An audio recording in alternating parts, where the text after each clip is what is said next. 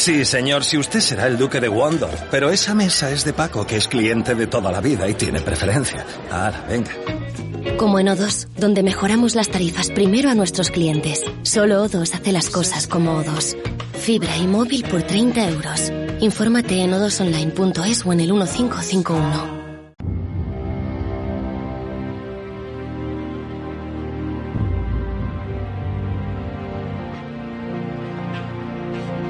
Los martes a las 8:30 en El Balance nos vestimos de gala para recibir los debates Transforma España.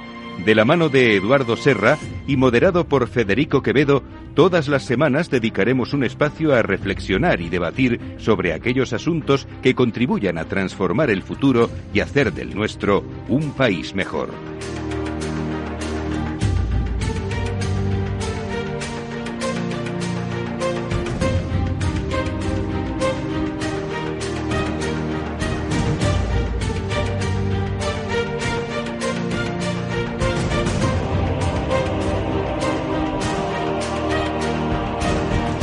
Eduardo Serra, buenas noches. Buenas noches, un Federico. martes más en nuestros debates Transforma España. Hoy vamos a hablar de un asunto apasionante donde los haya, porque sin duda es un tema polémico, aunque nosotros evitamos aquí, como siempre, como hacemos siempre, intentamos ver las cosas desde una perspectiva distinta y diferente, pero sin duda es un tema polémico y que trae mucho recorrido en el ámbito político. Es el asunto de la inmigración. Lo vamos a hacer de la mano de Alejandro Macarrón, que es ingeniero de telecomunicación por la UPM, MBA por la Escuela de Negocios Madrid Business School, director de la Fundación Renacimiento Demográfico. Alejandro, muchas gracias por acompañarnos. Y esto es que me hace una especial ilusión. Y de Elena Valenciano, que es política socialista, es vicesecretaria general del PSOE, diputada, ha sido eurodiputada 3 legislaturas, por lo menos, la quinta, la sexta y la octava, ¿no? Sí. Y además una buena amiga y a la que le agradezco muchísimo que hoy esté aquí. Gracias a vosotros por invitarme. Nosotros. Gracias. Pues Eduardo, como siempre, pon tu... Sí, yo creo que para la Fundación Transforma España hay que enfocar un problema doble, que es demografía e inmigración, para ver si lo encauzamos bien, porque es un problema con grandes repercusiones para el futuro próximo. Yo creo, sin aburrir a nuestros oyentes, que la evolución de la población mundial describe una curva asíntota. Cuando vivía Cristo había 125 millones de personas. Se duplicó cuando vivía Carlos V, 1500 años, y pasó a 250. Se duplicó cuando vivía Newton, 500 millones. Se duplicó cuando Madame Curie, 1000. 1900, 1000. Ahora estamos en 2020 y somos 7.400 millones, es decir, se ha disparado. Sin embargo, hay un muy famoso think tank americano que se llama Stratos, que dice que el gran problema del siglo XXI será la despoblación. Y su argumento es que en cuanto un país se desarrolla, baja el índice de natalidad, una barbaridad. Y España es un buen ejemplo. El baby boom de los 60, cuando cada mujer tenía 3 y pico hijos, y ahora tienen 1,23, que es mucho menos de la tasa de reposición. Es decir, para mantener el nivel de población constante. Eso, si esa población mundial, nos vamos al caso español, España ha tenido un buen crecimiento demográfico, pero desde hace 40 años a esta parte está pegando un bajón. Por el contrario, ¿qué pasa con España y las migraciones? Cuando estaba llegando el desarrollo allá por los años 60, había una enorme emigración española. Juanito Valderrama cantaba El emigrante, la gente cogía maletas de cuero para irse a trabajar a Suiza. No, de cuero no. De cartón. Eso. Para irse a trabajar a Suiza, a Francia, a Alemania, y de repente nos hemos desarrollado. Ahora, en vez de tener $300 de renta, tenemos cerca de 30.000, y entonces la gente viene aquí, quiere venir aquí.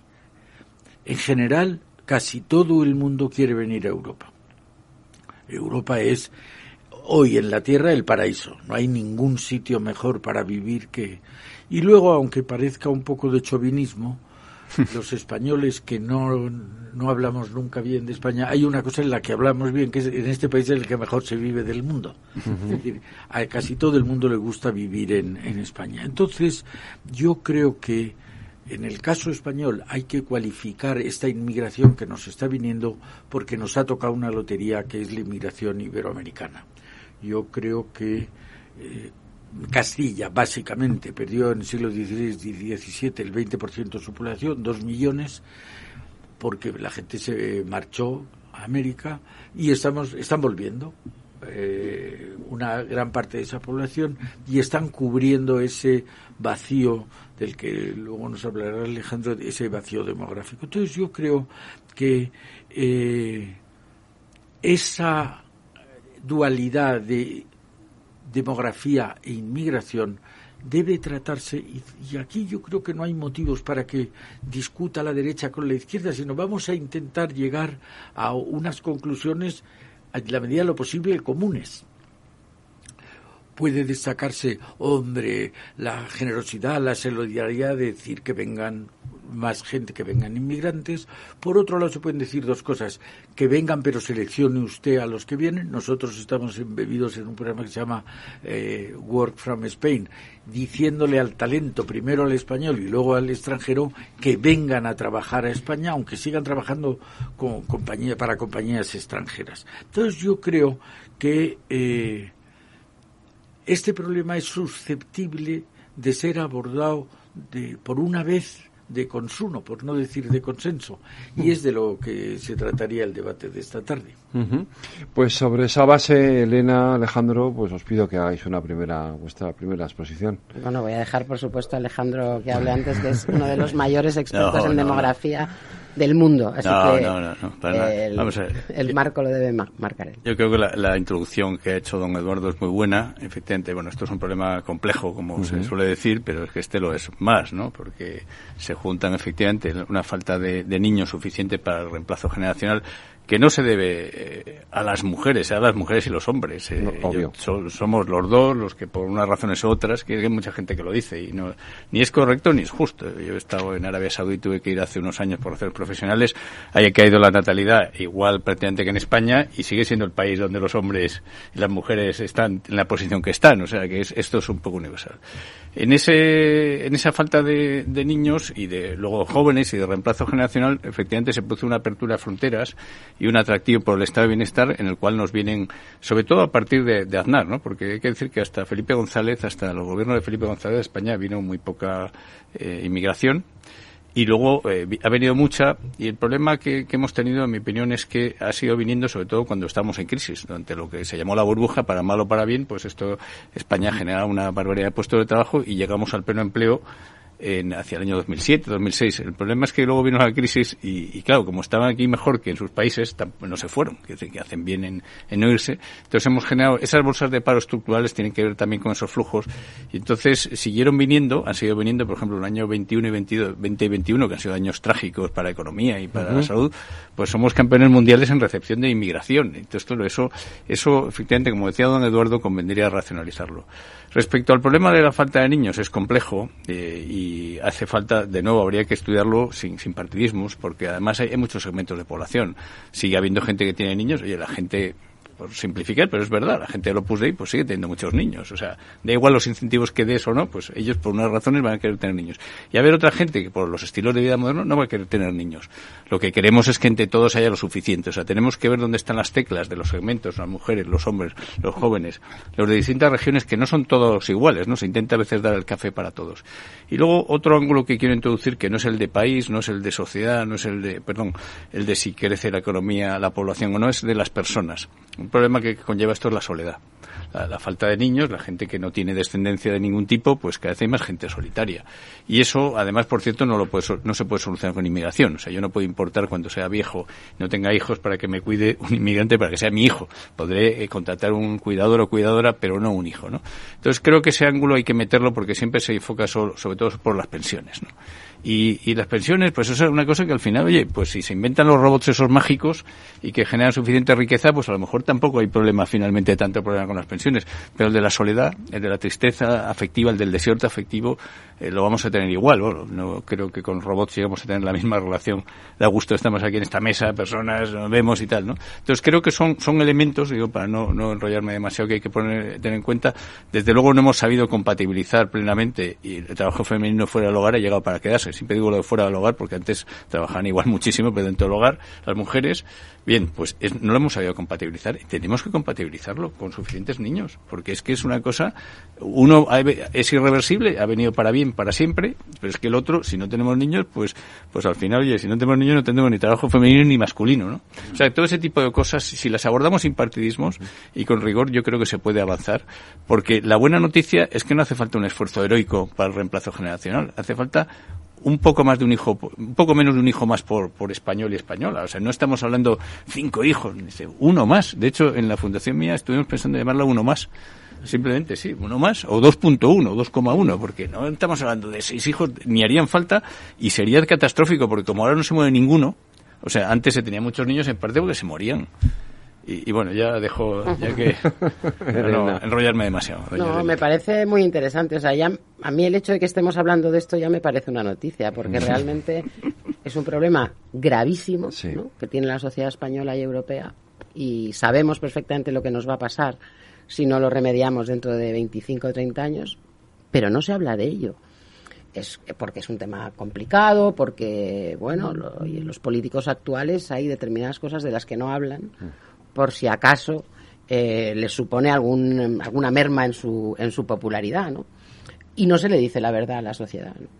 Entonces, bueno, o sea, mis dos contertulios han planteado temas que son centrales, y tal vez cabría añadir o completar la intervención sobre el problema que significa no solamente que no hay niños, sino que es que la sociedad envejece dramáticamente, ¿no?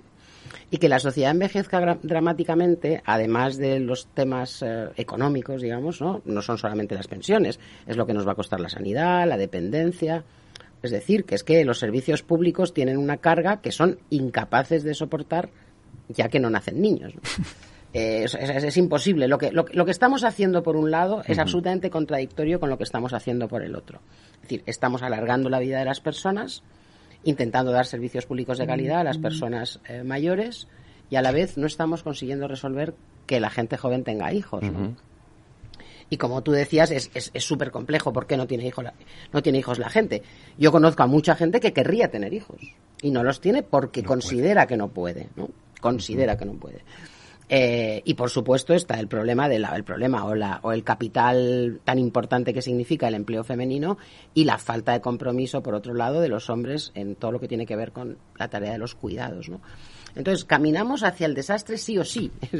No hay más remedio que ir al desastre si no hacemos algo. Entonces, por un lado, las políticas de natalidad, en fin, los apoyos a las familias, hay toda esa parte, ¿no?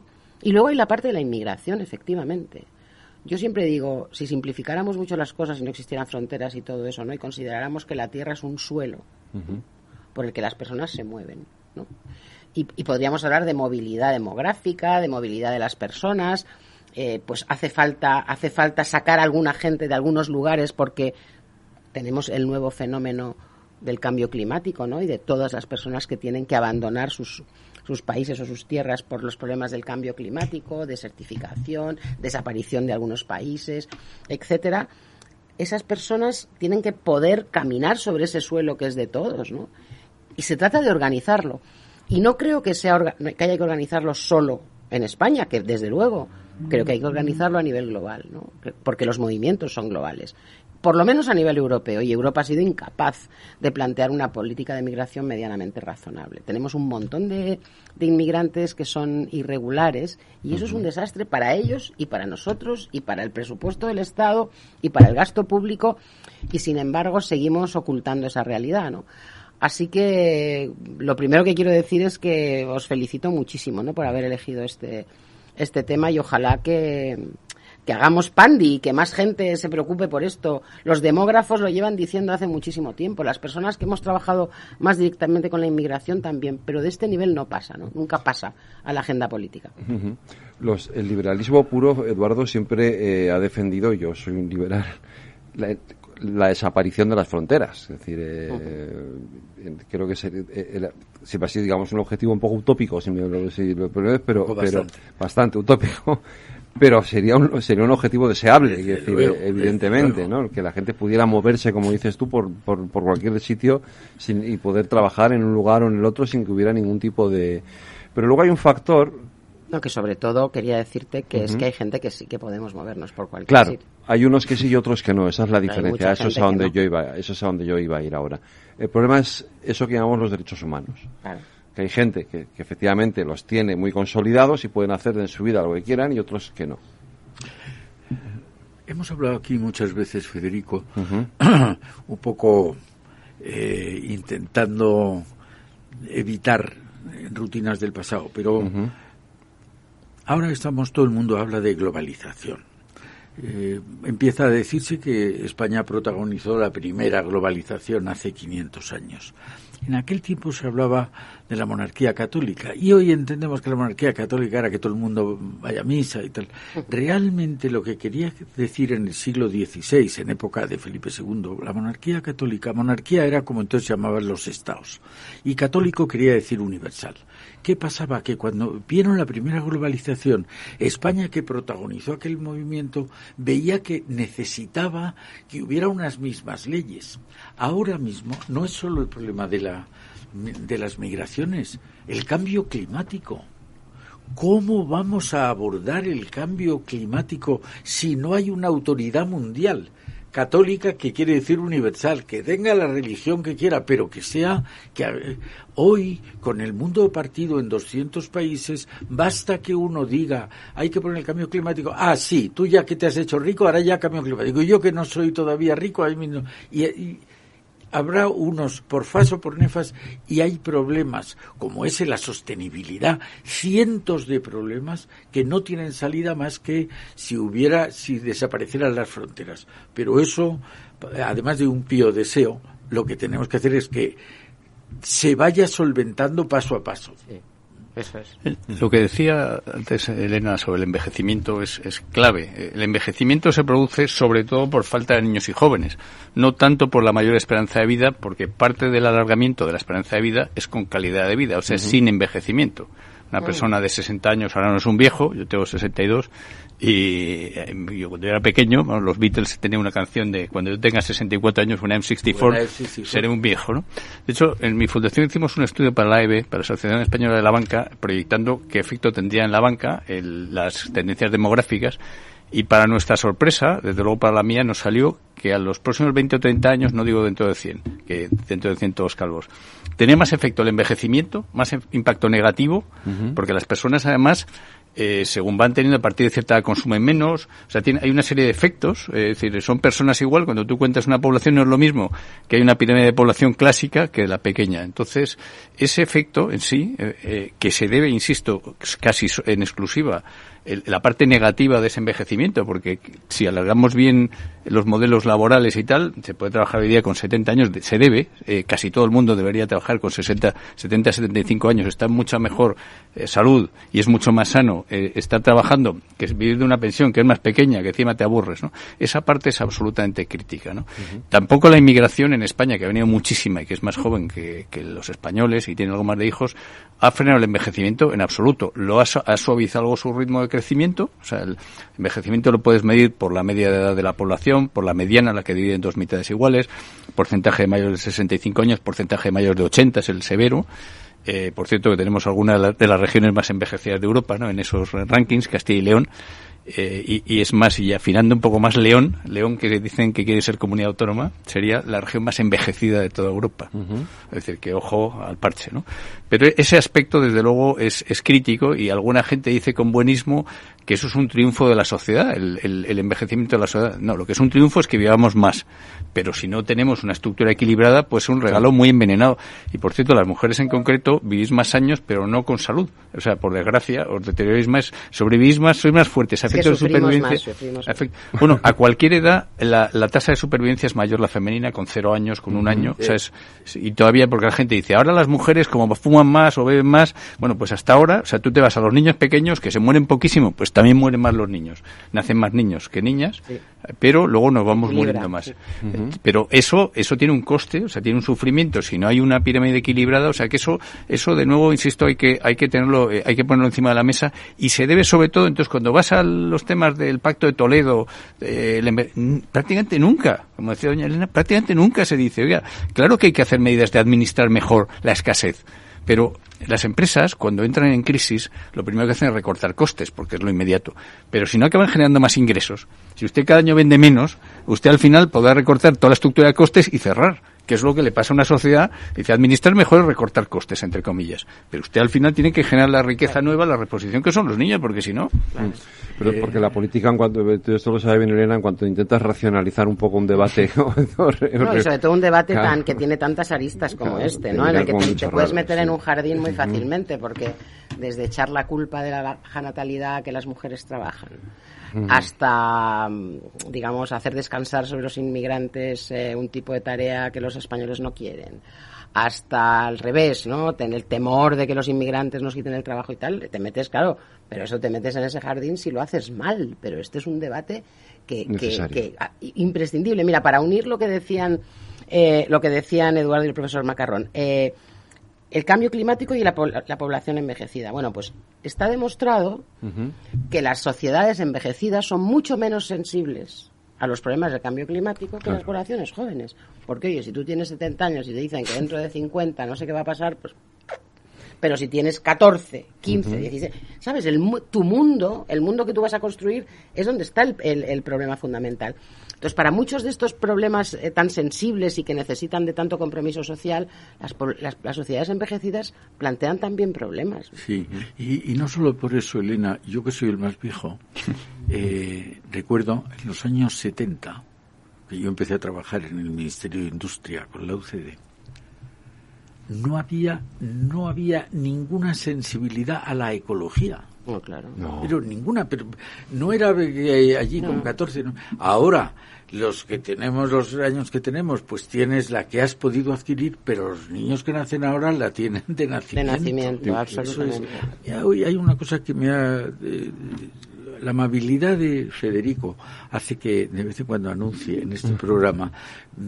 Hemos trabajado mucho sobre la Silver Economy, sobre el talento. Se me ha olvidado hoy. No, pero es que hablando de eso, de decir la importancia tanto social como individual de que la gente que antes 5 años antes de morirse, como mucho, se jubilaba y ahora se jubila 20 años antes de morirse. No puede ser.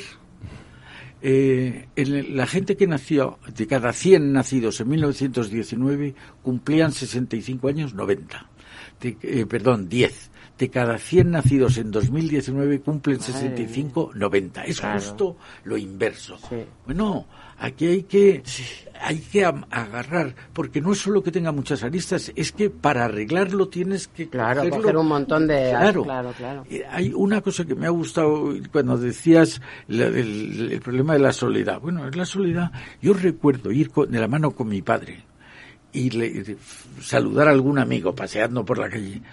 ¿Y qué? Este es el báculo de tu vejez, porque los hijos... Ahora se habla de dependencia. Antes no había ni por soñación idea de hablar de dependencia, porque tú tenías hijos, entre otras cosas, para que te cuidaran. Así que yo creo que eso es muy importante, pero el que es, como se dice ahora, pluridisciplinar. Tenemos que coger muchos asuntos al mismo tiempo, ¿no?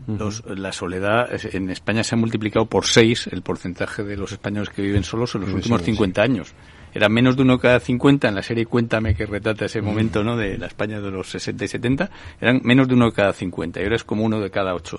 Pero va creciendo, pero en todos los países occidentales es igual. Y en los envíos de desarrollo se está repitiendo este patrón, Es decir, no pensemos, os decía antes, hablábamos de Arabia Saudita, en Irán igual, Irán llega Khomeini al poder, hay esa vuelta al pasado, tal, 7 hijos por mujer, pero dura una década, luego se desploma y están en 1,7, o sea, están igual, porque además Vamos a ver, la superpoblación, un miedo, que ahora va a haber posiblemente el contrario, pero es verdad que en países, si como antes la mortalidad infantil regulaba esos crecimientos de población, si llega, pese a todo, pues una mejor alimentación, una medicina occidental, más higiene, agua potable, el agua potable es decisiva, ¿no? Absolutamente decisiva.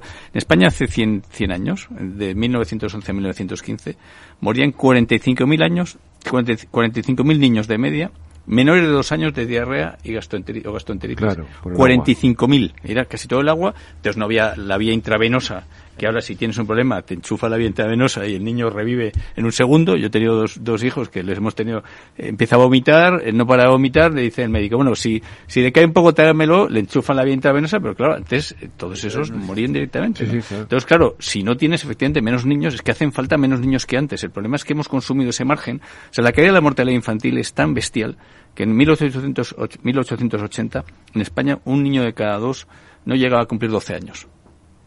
Y ahora, como en el chiste, se muere uno o ninguno, se muere uno de cada 250. Entonces, claro, antes hacían falta muchos más niños, mujeres estabais continuamente, teníais un riesgo de morir en el embarazo, parto, posparto, que era salvaje, y sin embargo se tenían niños. Para mí eso es uno de los argumentos más importantes a la hora de pensar si ahora es más difícil que antes o si son la mentalidad. Pero porque probablemente ellas no lo decidían, ¿no? Bueno, claro. O sea, ellas no tomaban ninguna decisión. O sea, había muy pocas mujeres en 1880 el cuento del conde que tuvieran la capacidad de decidir no quedarse embarazadas. El cuento del conde de Lucanor, del mozo que casó con mujer brava, habla de una mujer a la que se casa. Una es posible. Sí, pero una es posible. Una seguro, decir que porque valientes ha habido siempre, pero vamos, que lo que cambia radicalmente, digamos, en la situación de las mujeres, lo que cambia radicalmente esa dependencia son los métodos anticonceptivos.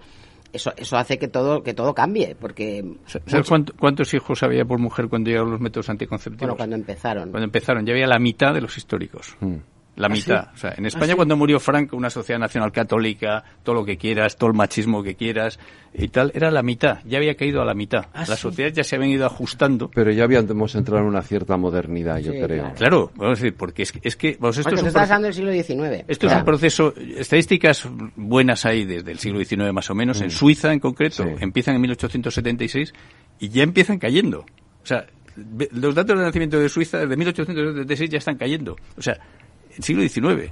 Ya estuvieron por debajo del nivel de reemplazo en los años 20 en Suiza. Es que mira, yo tengo una hija que es madre, ¿no? O sea, que yo soy abuela. Y hablo mucho con ellas y con ella y con sus amigas y tal. Ella tiene una niña y un niño, pero, o sea, lo pasan es muy complicado, ¿sabes? Claro, porque ganan salarios que son, aunque sean profesionales, ganan salarios que son una vergüenza. Los alquileres son una cosa carísima. Hay poquísimas plazas públicas en guarderías. Oye, yo no sé, pero una medida tan sencilla como organizar que haya plazas públicas para que tú puedas dejar a tus niños o niñas si te vas a trabajar, eso que es una cosa tan... No se hace. Cada vez hay menos. Efectivamente. ¿A quién le vas a pedir que tenga todo eso es verdad. Os tengo que pedir que lo seguimos en unos segundos, que volvemos, tengo que hacer publicidad.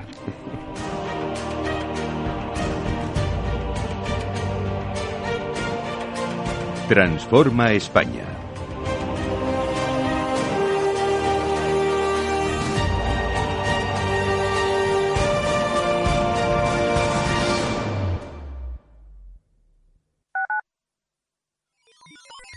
Los robots escuchamos Capital Radio.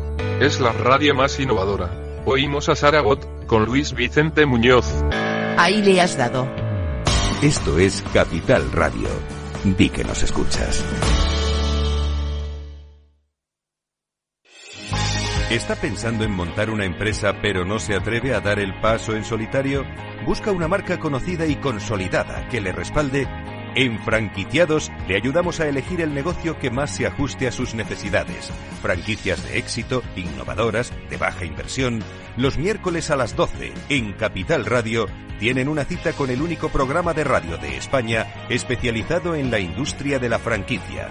Franquiciados con Mabel Calatrava.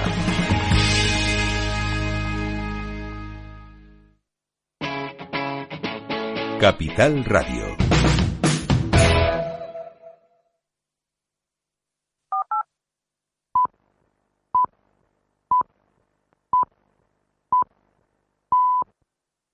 Transforma España.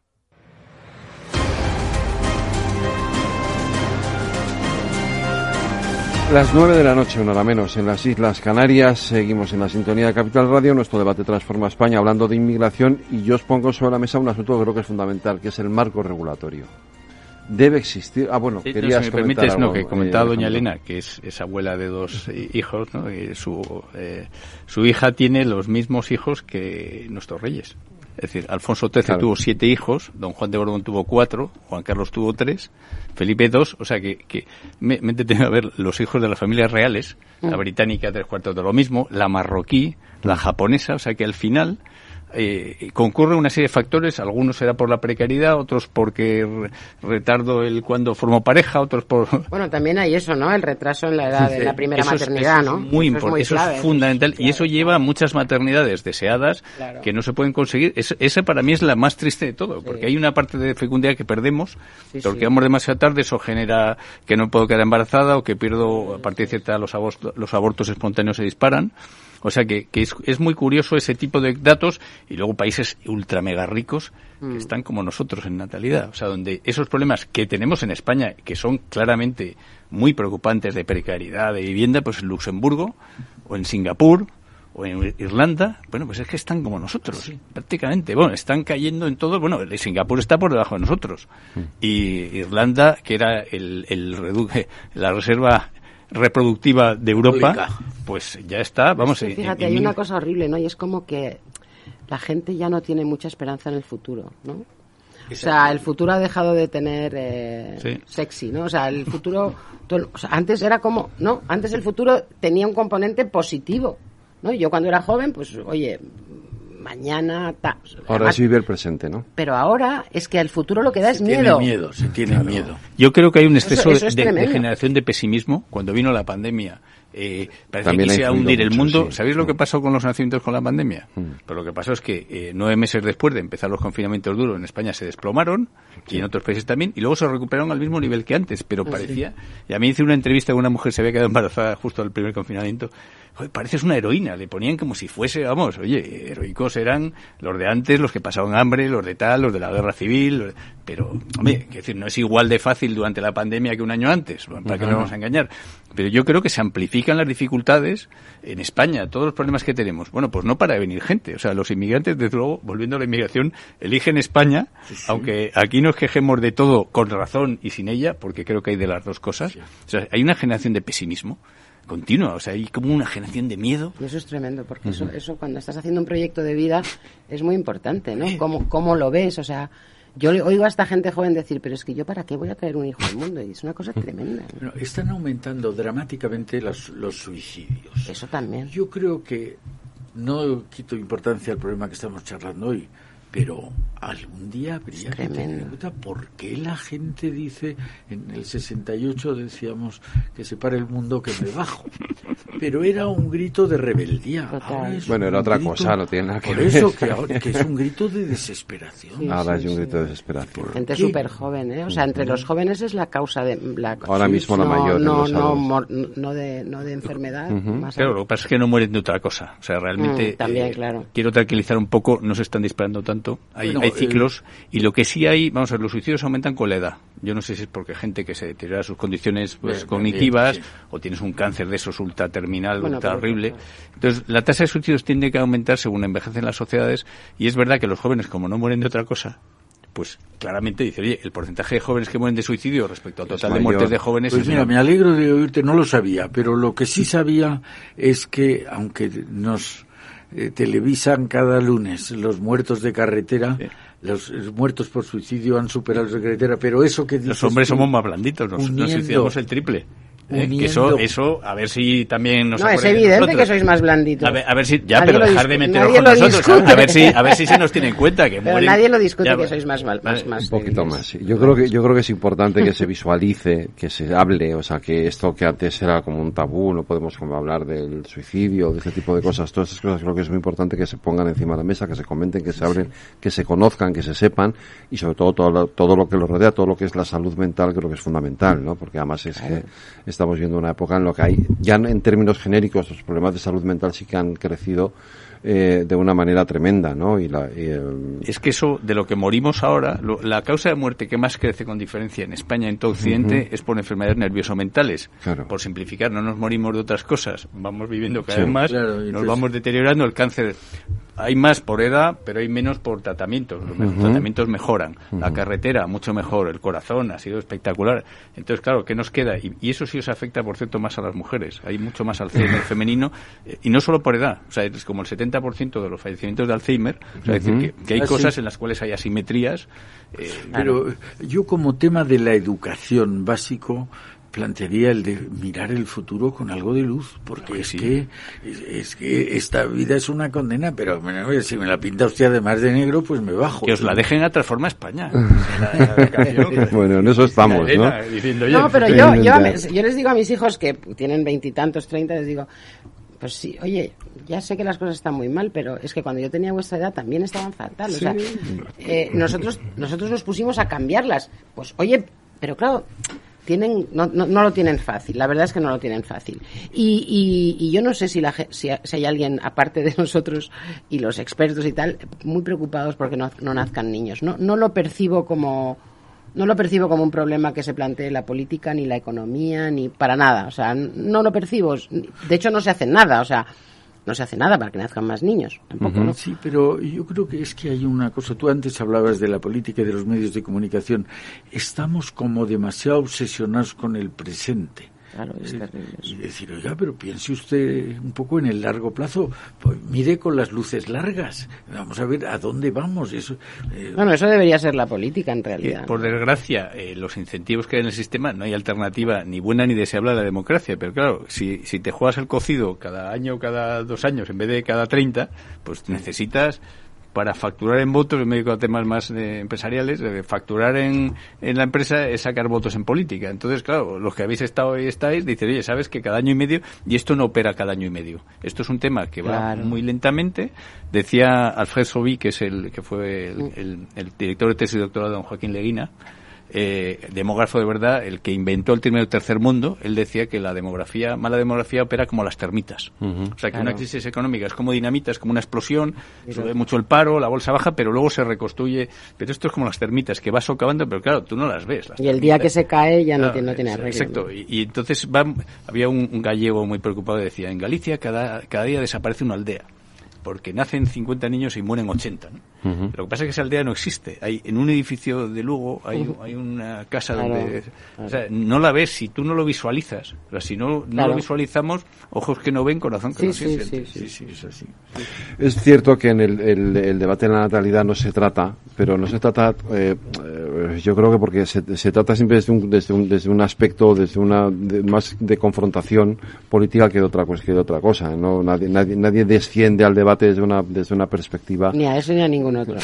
No, bueno, yo optimista. Es verdad. Yo rompo una lanza a favor de la política en el sentido de que es verdad que la política, claro, necesariamente se hace siempre a 4 años vista, porque es cuando te toca volver a hacer unas elecciones, pero... No, pero eso es una parte de la política, pero no es lo único. O sea, lo único en la política no es ganar elecciones. O sea, yo recuerdo mi trabajo político siempre relacionado con tiempo, ¿sabes? O sea, la planificación no era para el año, no ya para el año que viene, sino para el mes que viene. Siempre hablábamos de proyectos a 20 años, 10, 15, 20 años, que era el proyecto macro, digamos, y luego, bueno, tendrías que hacer tu trabajo periódico, pero el problema es que no plantear los desafíos reales, ¿no?, que tiene una sociedad como la nuestra, pues es muy hipócrita, ¿no? Desde la política democrática, que no tiene más remedio que contarle a la gente lo que pasa realmente, ¿no? Entonces, a mí me parece que eso es una pena, y que hasta que no se resuelva ese problema, ¿no?, que decía antes Eduardo, de, bueno, vamos a ponernos de acuerdo sobre 3 o 4 cosas fundamentales, ¿no? Y que nos afectan a todos. Porque, oye, estábamos hablando de la soledad de los viejos. Los pocos viejos que consiguen no estar solos del todo cuando no han tenido hijos o no tienen quien les ayude, es porque tenemos mano de obra inmigrante, ¿no? Pero eso tampoco se resuelve porque la inmensa mayoría de todas ellas y ellos son irregulares. Uh-huh. Y a tu madre la está levantando de la cama y la está duchando una persona que es irregular en términos administrativos. Y es una cosa de locos. Uh-huh. Pero tampoco se toca ese asunto. Entonces, en Europa ha habido cientos de regularizaciones, los que saben de verdad, que no soy yo. De repente uno dice, no, ha habido 300 regularizaciones en los últimos 30 años. En todos los países el modelo es el mismo. No me atrevo a decir necesito inmigrantes o no los necesito. ¿Pero por qué? Pues ¿por qué no nos atrevemos? Porque sí los necesitamos, es una evidencia que los necesitamos. Necesitamos muchos más todavía. Claro. Vamos a ver, yo creo, estamos hablando de la política. Yo creo que la política es la función más digna en esta sociedad, que es dirigir a la comunidad humana, de manera que no hay nada.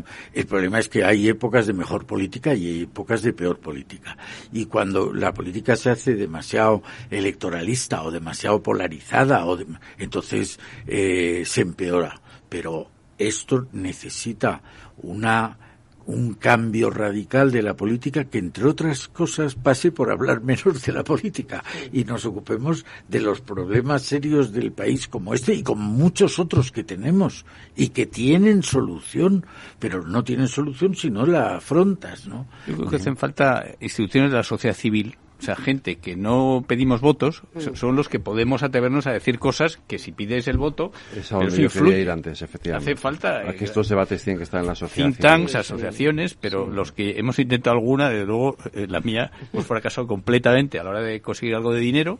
Nosotros nos ha pasado en nuestro nicho de hablar de natalidad, como decía Adolfo Suárez, me aplauden pero no me votan, ¿no? A mí me han aplaudido mucho, pero vamos, rascarse el bolsillo a nadie. Entonces, si no tienes asociaciones potentes que sean estrictamente apartidistas, no digo apolíticas, apartidistas, que puedan decir esas cosas. La financiación de la sociedad civil, que llamamos del tercer sector, es esencial. España ha recibido un golpe fortísimo con la desaparición prácticamente total de las cajas de ahorro. Las cajas de ahorro tenían una cantidad, aproximadamente 7.000 millones de euros al año para dar a la sociedad civil, ahora tienen aproximadamente 700 millones, es decir, que se ha perdido el 90%, y eso es básico. Menudo corte de pelo, como se dice ahora. Pero eso es uno. Otra es una legalidad adecuada para permitirte ese tipo de... Y la tercera cosa es que haya un espacio, es decir, que la cultura permita, y eso sí pasa por decirle a la clase política, esto déjelo usted a la sociedad civil, anime un poco a la sociedad civil, desgrabe, porque ustedes son fantásticos, son los más guapos y los más listos, pero hay cosas como ustedes piden los votos, no lo pueden hacer, porque hay cosas que tienes que hacer a pesar de la voluntad inmediata de la gente, ¿no? Entonces es un tema delicado, pero es un tema que o lo acometemos a corto plazo o lo vamos a pasar mal, ¿no? Os preguntaba antes por el marco regulatorio, se me quedó ahí. ¿Qué marco? Claro, evidentemente tenemos un marco regulatorio que no tocamos, no nos atrevemos a tocar, porque decíamos, hace falta más inmigrantes, pero hace falta saber qué tipo de inmigración queremos y cómo la traemos, ¿no? No, pero es que, en fin, es que venir vienen y van a seguir viniendo, o sea que tampoco, o sea, la inmigración tampoco es una maravilla como solución porque supone descapitalizar los países de origen, ¿no? Claro. Porque no vienen de los países más pobres, vienen de los países de renta media, ¿no? Los países más pobres no tienen ni siquiera la posibilidad de imaginar venir, ¿no? Entonces hay que tener cuidado con eso, o sea, decir, bueno, es que Europa va a absorber entonces a las mayores capacidades de los países de África subsahariana, mal asunto, porque necesitamos que África subsahariana se desarrolle, bueno, sobre todo lo necesita África subsahariana, ¿no? Entonces, no es tan sencillo, o sea, no es vamos a elegir qué inmigrantes queremos. Primero que eso es un movimiento humano muy difícil de controlar, ¿no? Ahora, que la Unión Europea debería establecer una política de inmigración común, donde los requisitos fueran los mismos para todos los países, con cuotas absolutamente obligatorias, ¿no? En las que, porque pues si sabemos cuántos necesitamos, pues ¿por qué no establecemos un sistema de cuotas tan sencillo como eso? Pero todo esto se hace siempre debajo de la mesa, nunca es explícito, y por eso la regulación es muy deficiente y no se ha conseguido de ninguna manera establecer una política común. Los países del sur sufrimos una presión que no sufren los países del centro de Europa y por lo tanto no se vive el problema de la misma manera y es muy difícil encontrar una política común. Eso es, si es difícil una política aquí nacional, porque toca demasiados flancos, algunos de los cuales son electoralmente peligrosos. Sí.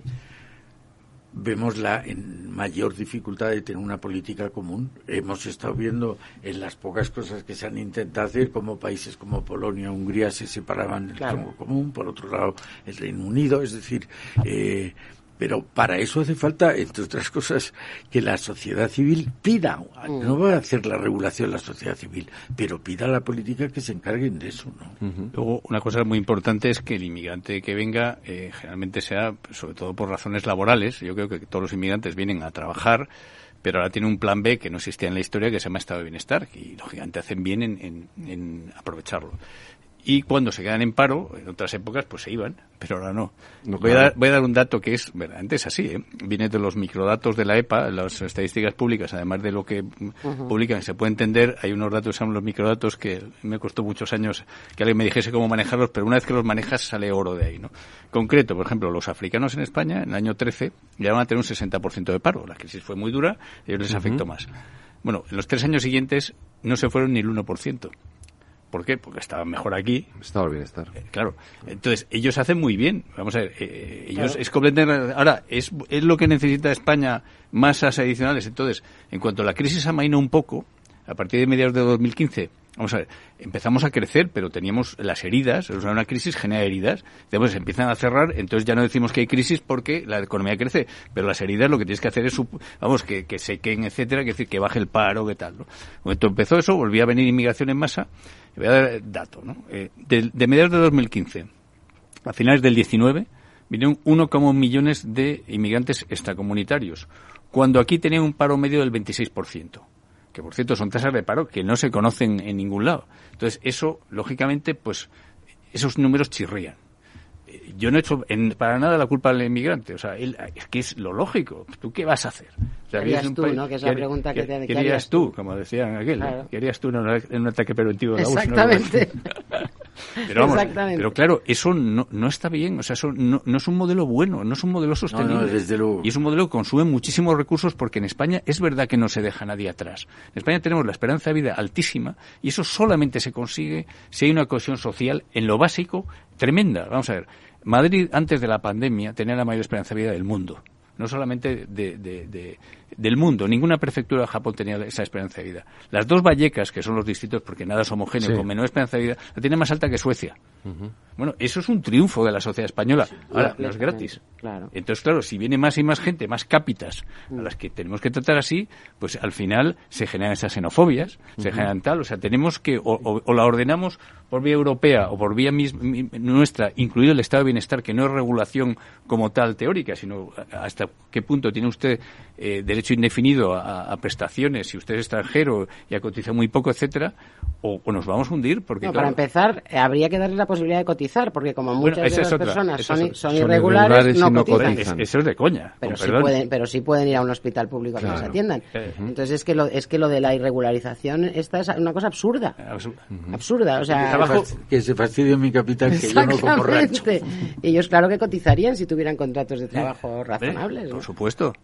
Sin embargo, recurrimos a las regularizaciones masivas, continuas. Sí, pero como de manera coyuntural, o sea, no como y volvemos a permitir otra vez que vuelvan y que se queden ahí en un limbo de la regulación y regularización. Hay una bolsa de irregulares. Y no sería lógico decir al que llega darle si acaso un margen, que decir, no sé cómo se puede hacer eso, pero decir, para que pueda regularizarse efectivamente en un tiempo razonable. Es muy difícil, difícil regularizarse, es muy difícil que entre. Sí, porque porque en este país hay un nivel de economía sumergida impresionante. Alto, sí. Y en esa economía sumergida se cuela mucha gente.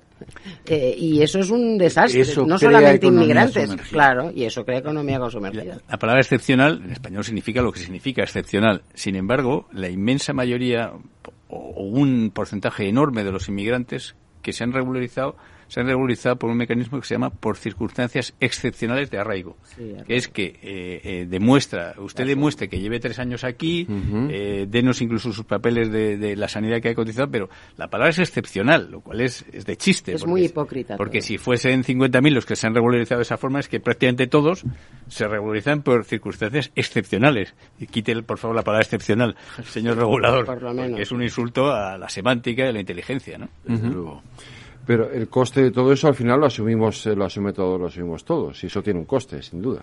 Sí, yo creo que España a lo mejor es campeón de pocas cosas en el mundo, pero una de las cosas en que creo que no hay duda de que somos campeones es en solidaridad, como nación, o sea, realmente aquí eso que tú estás... Sí, eso que decimos de que es el país más solidario del mundo no deja de ser cierto. No, oye, que es eso que un inmigrante viene irregularmente, está irregularmente, pero va a un hospital y le atienden.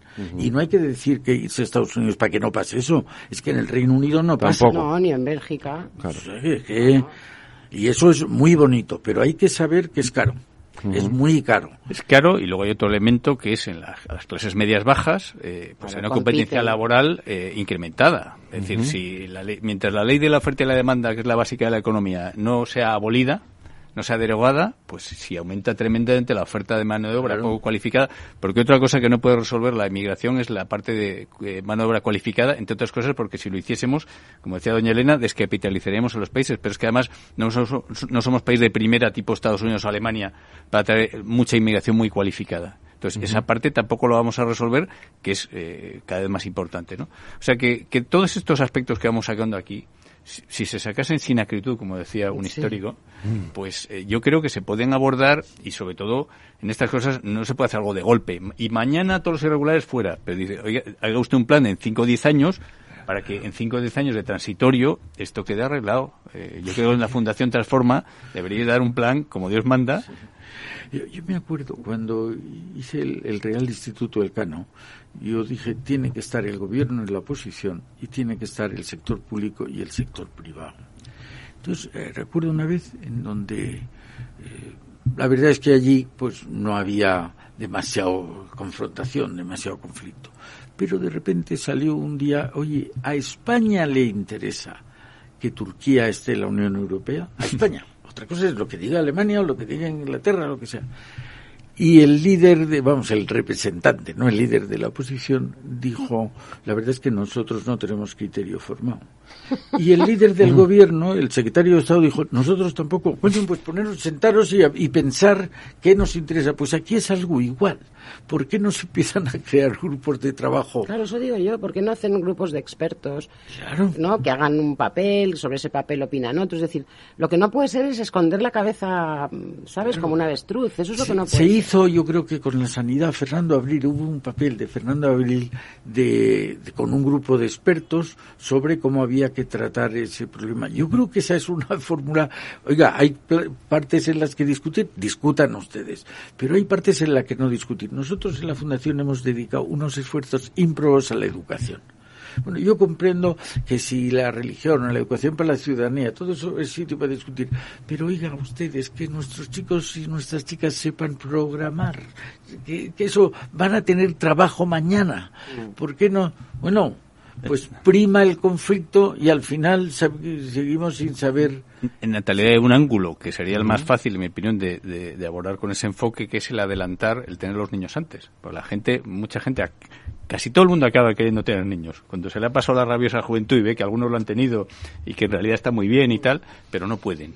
Bueno, pues esa parte... Hasta que no tienes un salario fijo no te atreves. Esa parte tiene que ver con muchas cosas, pero una de las cosas que tiene que ver es que el ciclo educativo hoy día es larguísimo, ¿no? Desde que nacemos hasta que 24, 25 años de media. Oye, si fuese 22 años de media o 21, y luego a lo mejor con reciclajes, pues ya ganaríamos a lo mejor un 10% más de natalidad. Parece una broma, pero realmente, si haces los números de abortos espontáneos, de infertilidades y tal, tú adelantas 2 o 3 años la edad media de la maternidad. Pero baja mucho la proporción, claro. Entonces, esa parte del debate, que es en parte concienciación, es en parte obstáculos, lo de la vivienda. Dice, oye, una razón más para que haya un acceso a la vivienda o la precariedad va por eso, pero hay otra parte que es pura concienciación y, insisto, el modelo educativo. O sea, yo creo que tenemos que simplificarlo un poco, Porque cuando nosotros creo que estamos aquí, íbamos a la universidad con 17 años, ¿no? Ahora se va con 18. 17, ¿saben más? 18, pues yo creo que no. O sea, yo creo que aprendes tal cantidad de cosas. Sí, y de otras no. Sí, como los pimientos de Padrón, ¿no? Exactamente. Lo mismo.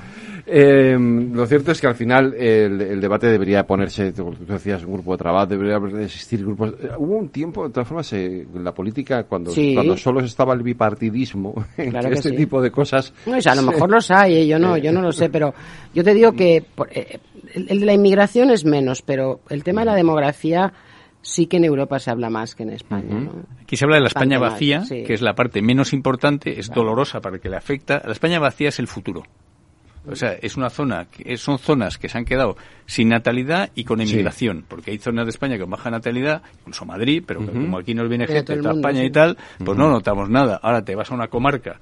A nivel provincial, un pequeño pueblo puede ser inviable si no hay una carretera. Pero a nivel comarcal, sobre todo a nivel provincial, a mí, una de mis provincias favoritas es Jaén. Jaén es la provincia con más inmigración posiblemente de España, pero han tenido más hijos, han tenido más natalidad, por las razones que sea, que por ejemplo Soria o Zamora, y está menos envejecida incluso que la media nacional.